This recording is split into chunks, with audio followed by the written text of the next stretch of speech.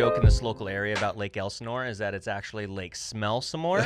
So to have the mayor of Lake Elsinore on the show today, it's going to be pretty awesome. Well, the new saying is Lake smells no more. That's the new joke that the kids are telling. They say, I thought I'd let people know that. Well, greetings, Red Tie community. It's the bald guy in the red tie, John Butler, your favorite bald-headed red tie wearing show host and real estate agent extraordinaire, with another very successful human being. And in fact, he's so successful in real estate that he got into the world of politics. We're talking about the mayor of Lake Elsinore, Mr. Steve Manos. Thank you, John. Appreciate it. It's great Welcome to to be the show, here. man. Thank you. Yeah. It was very kind of you to invite us out. So it's Lake Smells No More. Lake smells no more is the new joke that, and I don't know how that joke's been crafted, but point is that we got a bunch of rain this year, and we're doing some great things to go ahead and actually improve lake water quality. So really haven't had that issue here over the last year, so it's been good. Well, that's good because I've definitely noticed a big rebranding campaign for Lake Elsinore. It just seems like over the past 5 years specifically that things are looking better and improving and things like that. And so having, I think, dynamic individuals such as yourself on city council as the mayor, at the helm of the ship, as they say, it seems like you're steering it into the right direction. So you're doing a fantastic job. And I just want to have you on the show today and kind of peel back the curtain about who you are as being the mayor, but then also where you're going possibly with the 67th district here. Yes. So we got a lot to crack into. Yeah, we do. I was born in Southern California. My family moved to Lake Elsinore when I was about 11 years old. So I grew up in Lake Elsinore. I went to the local elementary schools and the junior high and the high school. We graduated locally. When I graduated, I went off to UCLA for a while. I left college early to start a business. That was my first business in the mortgage industry. We got started very young. And then ever since then, it's always been a little bit boring for me to go ahead and just do the normal. So I've always been engaged in trade organizations or volunteering at my church or, just jumping in. I'm a Rotarian. So you're constantly trying to go ahead and help other people do a little bit more. And that's probably how I fell into real estate or into the political side of real estate first, and then into politics. Yeah, and that's what I want to talk about is that how does somebody get into politics? Because it's not something you just wake up like, hey, I'm going to go do this. No, so it's almost like a boil the frog situation where it just slowly gets in your blood and you just have to serve on council, or how's that work? I think so. I think that there's a certain percentage of individuals who have that mindset, and it's something that you're inspired with when you're young, probably, and then you just have kind of this servant mentality, this the idea that you're going to go ahead and feel better because you're helping other people. And I grew up in Lake Elsinore, and I grew up in a regular middle class family. There were 7 of us. And we weren't a wealthy family. That's by no means, I should say that. And so when you don't have money to give, and you're looking to go ahead and fill that box in your soul to go ahead and actually help other human beings, then you have to volunteer your time. And I think that's where that starts. My parents are still married. They're still in Lake Elsinore. And it's nice to go ahead and do things and go to Thanksgiving or something. And they go, hey, we saw you there. Hey, why don't you invite us out to things? And I'm like, man, Mom and Dad, I'm having a hard time keeping track of my own schedule. It's hard for me to go ahead and convey that to you guys, right? So, but they're very supportive, and I obviously an inspiration for the reason why we do what we do. That is awesome. It's pretty cool. So how long have you been on the actual city council? 7 years. Okay. 7 years in the council, and then once you get onto the council, we reorganize each year, and we will serve terms as either mayor pro tem or mayor, or just as a council person. All of us had the same vote. There's some special duties that are associated with being either mayor or mayor pro tem, and that's kind of the way that it's worked in our city forever, 130-something years. Wow. And believe it or not, a lot of people don't realize it, but that's the way that it works in most cities and most city councils. A lot of people think that there's always a directly elected mayor. That is usually not the case in the large majority of the 480-something cities that are out there in California. Wow. And So, and how many people are on the city council? We have 5. Five. So I'm Okay. one of 5, and I have a great team. So a lot of the things that have been happening over the past 5 years, where you talk about our progress, and I agree with that. I think that there's been a lot of improvement. There's a lot of work that still needs to be done, but it doesn't happen, in a bottle, right? And one person doesn't make that happen. You have to have a group of people who are like-minded, who have the same type of philosophy and mentality about improving a community, and being a little selfless about that, right? So I can't take all the credit. We have a great council. We have a great staff. We have great partners in the community with the county and the sheriff's department, fire departments. We've had a couple of issues over the last year with fires and floods and even Poppies. the poppies, the flowers. Yeah, yeah. But, the Who knew joke, that flowers could cause so much trouble? the joke is that those all start with the letter F, and we were saying, gosh, we're saying a lot of new F words around City Hall these days, and then everybody would say that, and we'd chuckle, and then we'd go back to crying because we were dealing with fires, floods, or flowers, sort of thing. Yeah. Yeah. So, but we dealt with that, and I thought we dealt with it in as dignified a way as you possibly can, considering that we're still pretty much a small city. Yeah. And so, if you wouldn't mind, maybe pull back the curtain of the history of Lake Elsinore, because it's one of the older cities in this local area. Everybody thinks of Temecula as the wine country and all that kind of stuff, but Temecula is relatively newer. Yeah. But Lake Elsinore has a rich history. Yeah. So, going back 130 years, give us a little flyby history lesson, if you wouldn't It was mind. incorporated in 1888. Is largely seen as a place where you could either go ahead and mine something out of the ground or grow something, usually citrus fruits, over a large number of the years.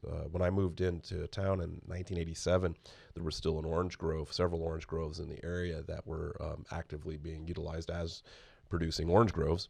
That slowly changed over time. In the 1920s and 30s, you had its heyday. Hollywood, Bela Lugosi used to come out to the area, and some of the other Hollywood elites would actually come out to the Country Club Heights area, where there was an actual country club, which is the reason why it's called Country Club Heights, as well as many nice homes. One of the most famous being Amy's Castle, which is literally a Moorish-styled castle built by somebody who was a very prominent religious figure back in the day.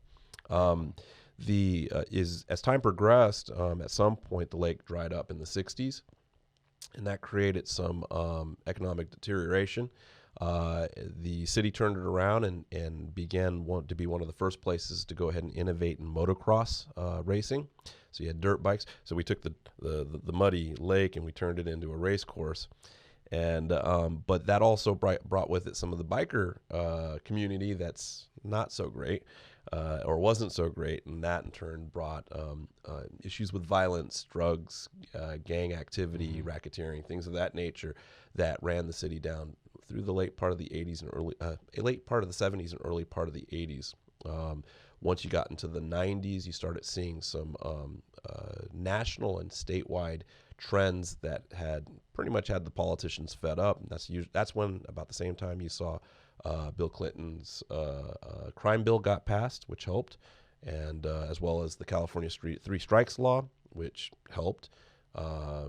Some would say helped too much. I think it did a great job of cleaning up our community. There were some changes made in the war on crime, which helped clean up our community. And then in the early part of the 2000s, my predecessors did a really good job of increasing police presence and spending on police safety, public safety. And public safety has been a number one priority for us. We built on those previous successes by in entitling our police officers to provide police service. We're a community that appreciates our police as opposed to actively attacks our police as a threat to the community in some way, shape, or form, which I don't understand that, but the other thing that we've done is we've embedded outreach along with our police. And so when we start talking about homelessness and the increase in homelessness in our area, one of the innovative things that we've done is that not only do we have a zero tolerance policy as far as that goes, we also go ahead and offer and provide assistance and support to go ahead and help get people off the street when they're willing to do so, when they're willing to go ahead and take a hand up, not a handout, right? That's the idea and philosophy and mentality. we spend a lot of time educating the public about that, because when you're giving a donation to somebody who's sitting on a freeway overpass, what you're doing is you're creating an incentive for those individuals to continue doing that. And as sad as that may seem, there are resources available for them to help. They would just prefer to do it and get it in the easy way, right? Not to say that being homeless is easy or being transient is easy, but the bottom line is that those folks have a way to get food. They have a way to get shelter. They just don't want to give up some of the other elements of their life in order to go ahead and get into that program. So, it's a process. We've been through a lot.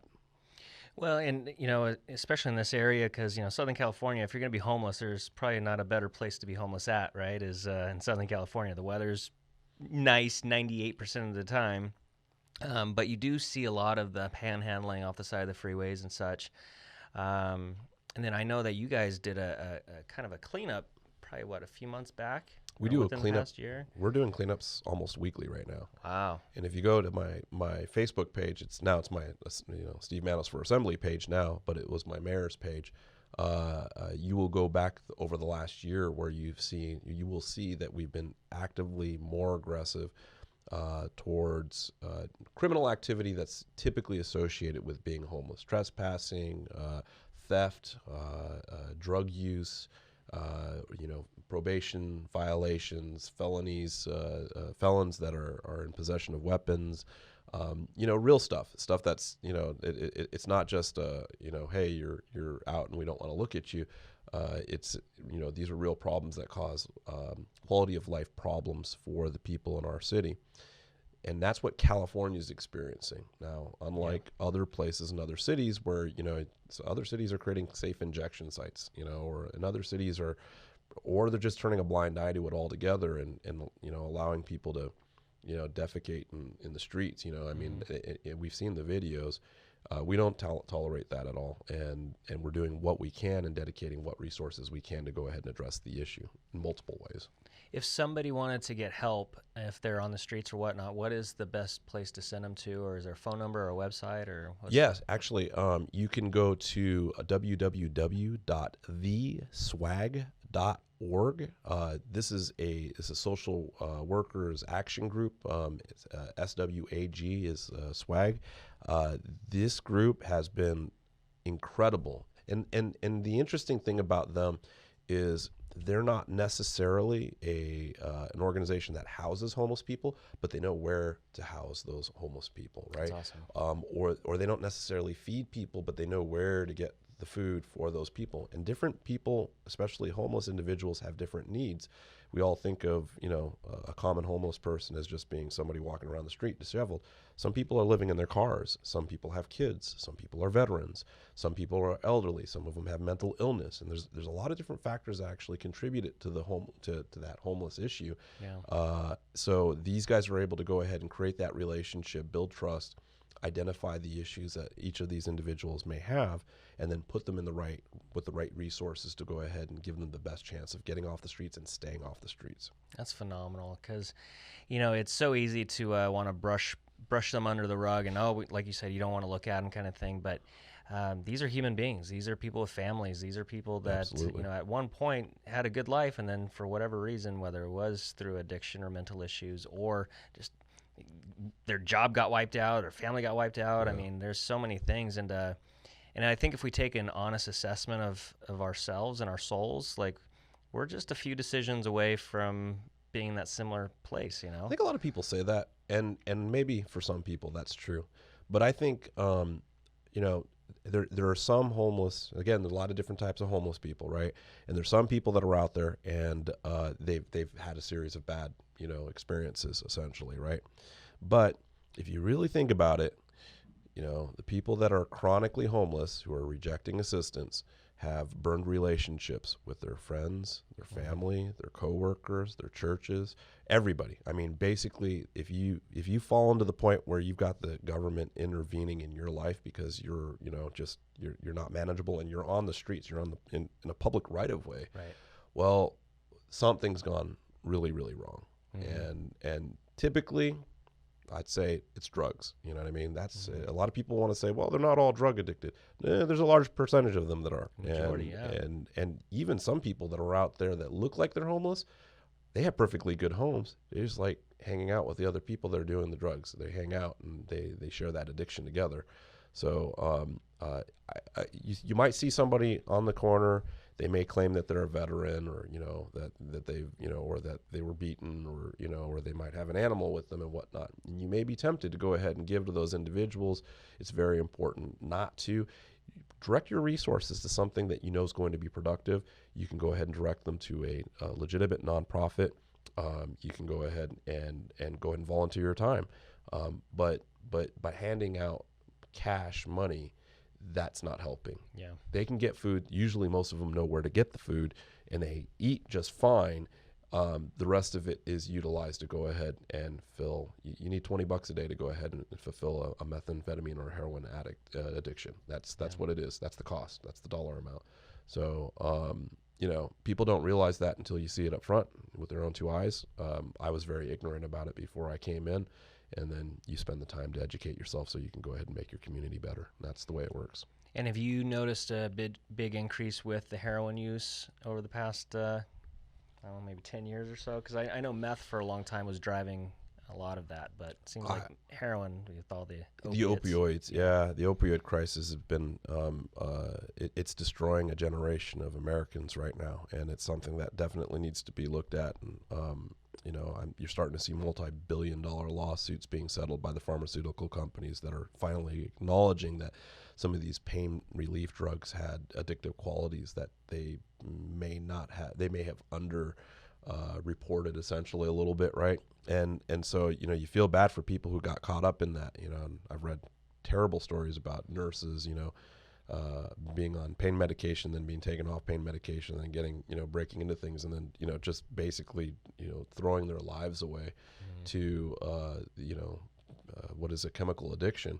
And I feel bad, right? Obviously, we all feel bad, but recovery starts with oneself. You have to go ahead and want that recovery.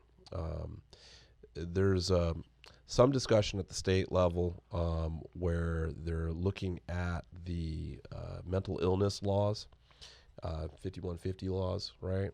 And looking at potentially going ahead and finding a way to go and redefine that, because you do have people who are addicted and they appear to be mentally ill, and we know clinically you can go ahead and become mentally ill through the consistent use of methamphetamine specifically, and so some of those people that are out there on the streets that are acting crazy and throwing their arms around and maybe crawling or don't look like they can go ahead and stand up, or we've seen that, right, especially in the more urban cities. Maybe not in my city, but in other more urban cities you see that a lot. Those people need to be addressed, and right now the way the laws are set up, the police can't take them away. They can't take away their civil liberties, which are protected, and that's important. But we have to recognize that they're just not in the right mindset, and Yeah. it's dangerous not just to themselves; it's dangerous to society as a whole. So, I don't know. That's something that needs to be looked at, definitely. Absolutely. But it's nice to see like Lake Elsinore and City Council moving in the right direction and putting these Yeah. systems in place, because I think when the systems are there, if you build it, they will come, right? So Right, right. We've avoided, specific.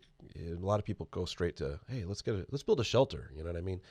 I've never been to a city that has a shelter that has no homeless people. Right? The shelters don't seem to cure poverty or homelessness. Shelters seem to warehouse human beings for the night and then kick them out and then draw them back in. And while that's an okay idea, what we're not doing is we're not reintegrating these people into normal living. So that's where we need to go ahead and pay closer attention. And maybe we need to come up with something new. Maybe the approach that we're taking is not innovative enough. Not specifically about the city, but statewide, I think is going to be the bigger question. The other thing that I hear about all the time is that Orange County is sending all their homeless people to Lake Elsinore. Again, you can go to my Facebook page and you can see sweep after sweep after sweep. It lists the people's names and their addresses, not their addresses, but their city of origin. And they're locals. They're mostly locals. They're people that are from the region, from the area. They're not being imported. They're, very, very few instances of that. The majority of it is people that are here that need help. Interesting. Well, state assembly. Ah, Let's yes. let's pull back the curtain on the state assembly. So, you are looking to make the next step in your political career, going up and serving on a statewide level. How's that going for you? Well, What started this? we're finishing out our second term as a city council member in Lake Elsinore, and we'll be coming up on 8 years when the next election happens. And a unique thing happened. I was preparing to go ahead and maybe run for a third term, and so Senator Jeff Stone resigned. He took up a position and a post with the Trump administration, and this left a vacancy. So originally, I was approached. People start calling, elected officials that are viable candidates. And originally, I was approached about running for the Senate district. So we're all talking amongst each other. We don't know what everybody else is going to do. And then our current Assemblywoman, Melissa Melendez, who's done a phenomenal job for our region, announces that she's going to pursue that seat, which is a surprise to a lot of people, including myself. So I immediately put the brakes on the Senate district run. And then you come to the realization that the assembly seat's now going to be something that needs to be filled now too.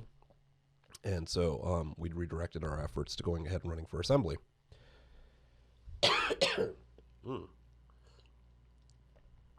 Excuse me. Sorry. No problem. So anyways, so we decided to go ahead and redirect our efforts to run for assembly. And we announced, mid-November. We've been running the campaign for a couple of weeks. And the idea is we're going to go ahead and interject some common sense and decency up in the state of California. I definitely want to focus on public safety like we have here at home, and make that one of the state's number one priorities again. We definitely got to go ahead and hold the line on taxes, and I'd like to go ahead and reverse the course on taxes even, because I think a lot of people don't realize how many bond measures, how many tax measures have been increased over the last couple of years in the name of going ahead and helping the state budget recover.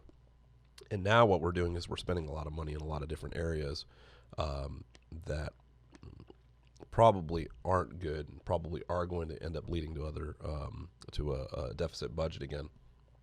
And you still have these huge problems with pensions, the water infrastructure. It's rained the last couple of years, so nobody's talking about the water, but the water infrastructure is important too. And we've got a track record right now with the state of decriminalizing things that make it harder for local cities to do what we need to do in order to go ahead and keep our residents safe. So I want to do that. I'm conservative, and one of the things that we don't have in the state is balance.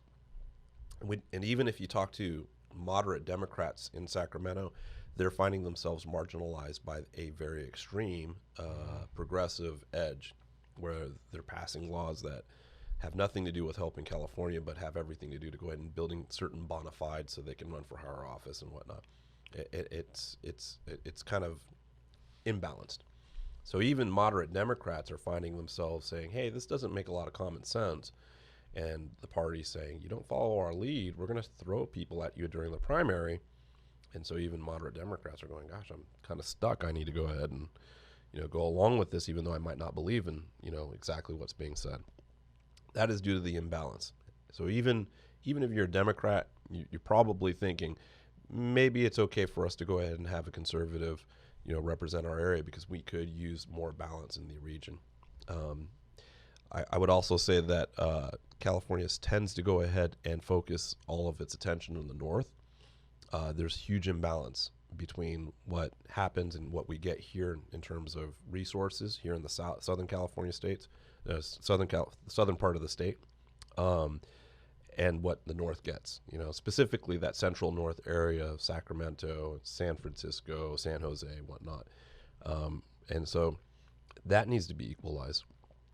You can do that through the assembly. You can help go ahead and make that happen by going ahead and doing the same things that we've done here locally.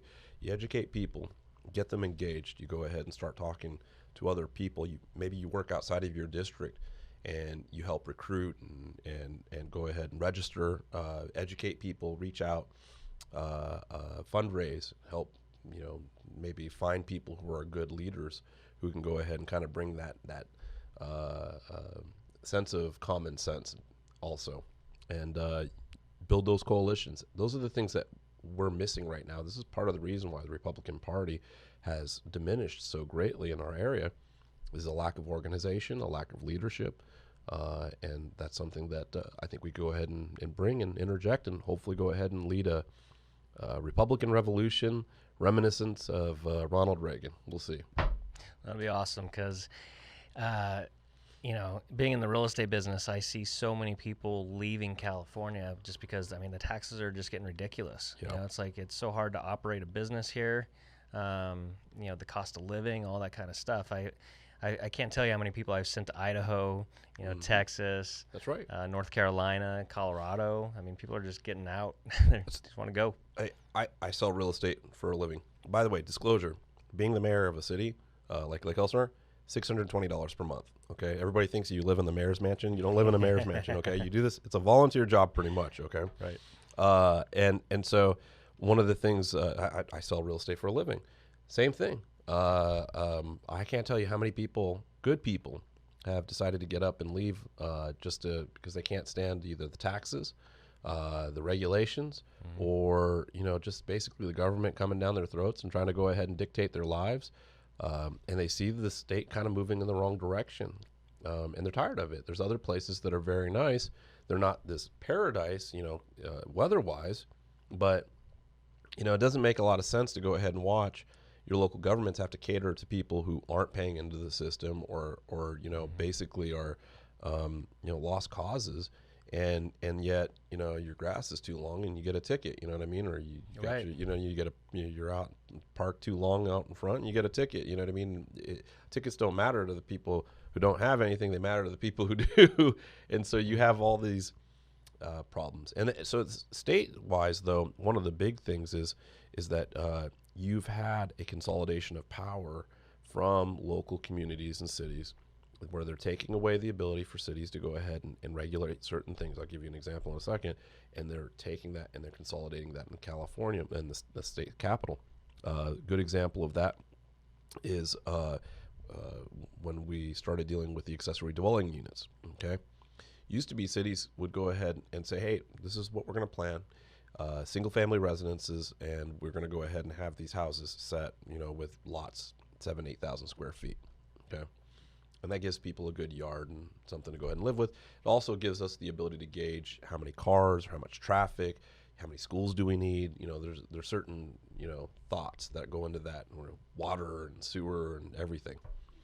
Well, now the state said, if you can squeeze an accessory dwelling unit into your backyard, you don't have to worry about setback requirements, meaning that your neighbor can go ahead and build a house right on the border where your fence is.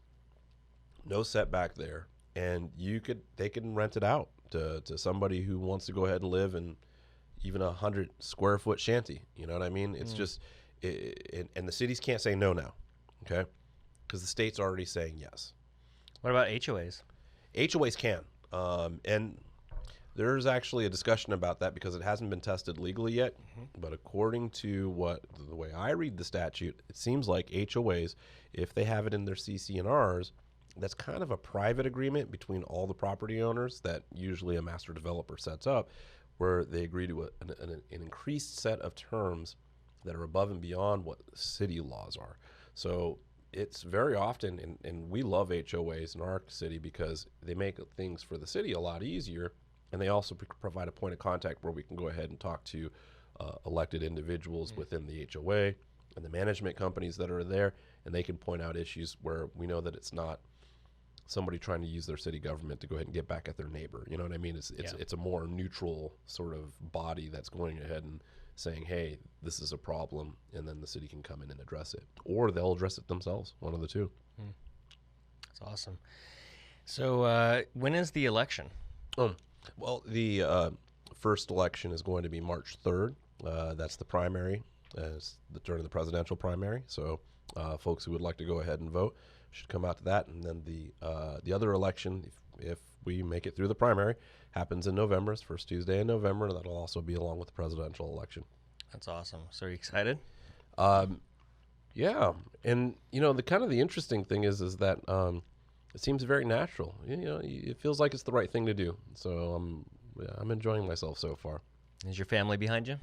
Firmly. As a matter of fact, I had the entire family come out for the initial announcement, and they were cracking jokes and whatnot in the background while I'm doing this announcement on Facebook Live and Instagram, and there was a live feed, and I turn everything off. I'm like, you guys, killing me here, man. You're killing me. But I love my family, and just like any other family, they don't let me get away with squat. So They're poking the bear, huh? Yeah. How many kids do you have? I have 4 kids. Awesome. Been married for 20 years this year. Well, congratulations. Thank you.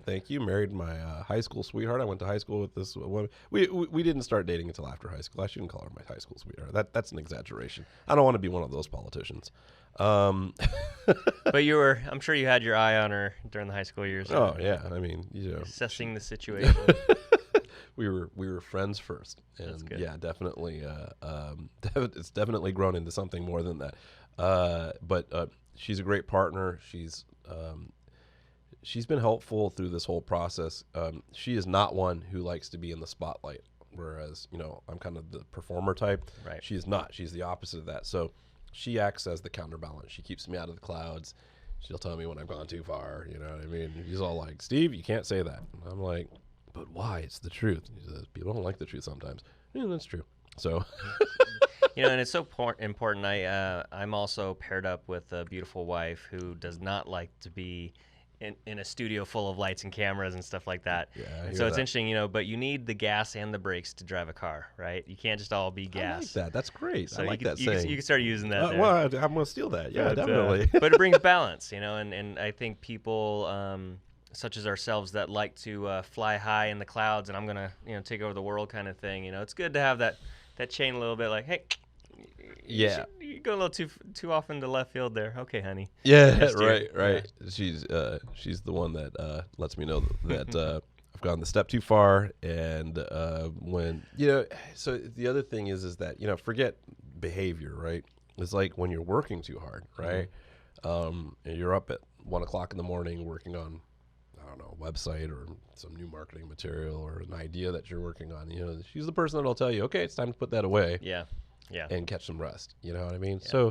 So yeah, you guys, there's some guys and gals that like us that need that, I think. It's a healthy balance. It's all about balance. Hey, Yeah, this is absolutely. that's now a theme, huh? The state needs balance, and we need balance. Everybody needs balance, man. Come on.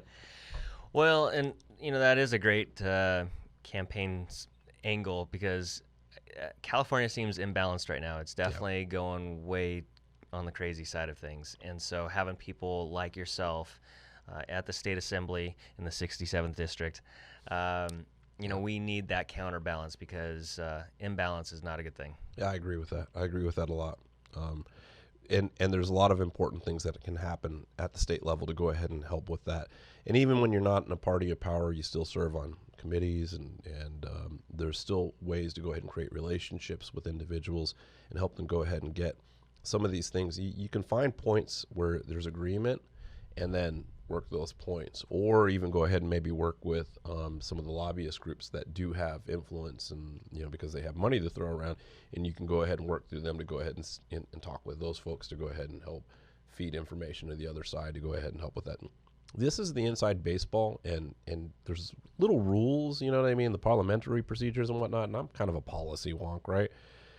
So these are the little rules and inside baseball games that people need to play in order to be effective in making things happen, making things not happen sometimes, and that's something that I think I could be effective in. It's going to be awesome, man. I hope so. Well, any final thoughts you'd like to share with the Red Tie community audience? Well, I think that it's really great that you guys put this show on, and I got to say the studio is impressive, and you guys reached out and certainly made an impression upon me. I did go through and took a look at a couple of the things that you guys have done. It's impressive work. So thank you for inviting me out, and I definitely appreciate that. And keep doing what you're doing, because that's all important. I appreciate that, and you are on the political side of the government and stuff like that, and I like to be the media person of the government, or not of the government, but I'm just amongst the community. So, everybody has a role to play in the community, right? So, you're playing that role, I'll play this role, and um, everybody has their fit in place. I agree. And it takes all different types of people to go ahead and make a great society. And I think we can do that. But it's going to take some work and commitment, dedication, and hopefully we can all pull together. Hopefully that we can kind of make it a little less divisive. You know what I mean? And I think it's okay to go ahead and say that we have a difference of opinion and then still respect each other without hating one another. I think that's something that's kind of missing, that common respect. And maybe it's because we don't have something to believe in, one thing to believe in, like a state government, or that we know that the state's trying on our best behalf, or we're all Americans, we all love one another. These are concepts and ideas and reasons why patriotism is important. So, it's that sense of community, and that's why I like doing this show. Is that I think over the past 10 years with social media and all that kind of stuff, we've really isolated ourselves onto our devices, right? And so it's very easy for someone to manipulate those social algorithms and making it seem like everybody hates each other, right? But it's like when I walk outside, I wave to my neighbor, he waves to me, we get along just fine. I come across people that have different opinions, and it's just fine. But when you're in the social media cloud and world of things, no, you're supposed to hate this person that has a different opinion of you. It's like, really? So it's like this weird thing. So, that's what I love about this show, is that we can have someone like you on, and it's like, so if somebody doesn't agree with your politics, they're like, oh, that's a really nice guy. He has a family. I have a family. So there's places of contact and connection that we can all have. I agree with you 100%, John. When I announced for assembly, and it clearly identified myself as a Republican, and I've got a really big following in Lake Elsinore. I spend a lot of time, many hours online trying to educate people, and so the community's gotten to know me pretty well, and one of the things that came out was, I didn't know you were Republican. I guess that's okay. I'll still vote for you. And I'm all like, wow, that's pretty cool. That's okay. We can live with that.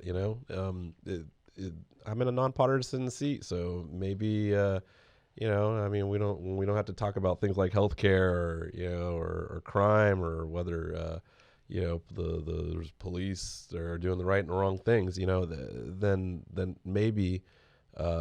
maybe people just hear the common sense, and that's good. We'll take that. It's all about a balanced community. Agreed. And that's it for this episode of the Red Tie Community Show with the ball guy in the red tie and Mayor Manos going for the 67th District Assembly seat. So make sure that you vote for him on March 3rd and also the first Tuesday of November in 2020, because we need some balance. We need some good people like him up in the state assembly. So make sure you check that box next to his name. And that's it for this episode. See you in escrow. Bye.